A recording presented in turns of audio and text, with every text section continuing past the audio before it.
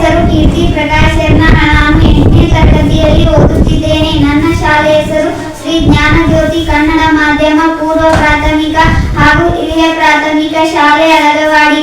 ಇವತ್ತಿನ ಚಟುವಟಿಕೆ ಭಾರತದ ಪ್ರಮುಖ ನಾಡುಗಳು. ನನ್ನ ಸ್ನೇಹಿತರು ತಿಳಿಸಿಕೊಡುತ್ತಾರೆ. ಗಂಧದ ನಾಡು ಕರ್ನಾಟಕ. ಪರ್ವತಗಳ ನಾಡು ಜಮ್ಮು ಮತ್ತು ಕಾಶ್ಮೀರ. ಮುತ್ತುಗಳ ನಾಡು ತೆಲಂಗಾಣ. ವಜ್ರದ ನಾಡು ಮಧ್ಯಪ್ರದೇಶ್. ಗೋಧಿ ನಾಡು ಪಂಜಾಬ್.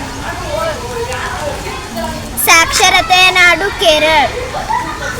ಹೆದ್ದಾರಿಗಳ ನಾಡು ಮಹಾರಾಷ್ಟ್ರ. ಕಲ್ಲಿದ್ದಲು ನಾಡು ಜಾರ್ಖಂಡ್. ಮರುಭೂಮಿಯ ನಾಡು ರಾಜಸ್ಥಾನ್.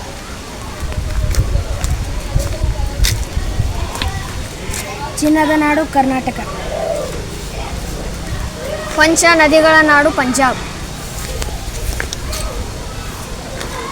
ಚಹಾದ ನಾಡು ಅಸ್ಸಾಂ.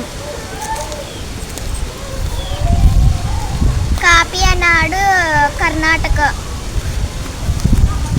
ಕೇಸರಿಯ ನಾಡು ಜಮ್ಮು ಮತ್ತು ಕಾಶ್ಮೀರ. ದೀಪಗಳ ನಾಡು ಲಕ್ಷದ್ವೀಪ.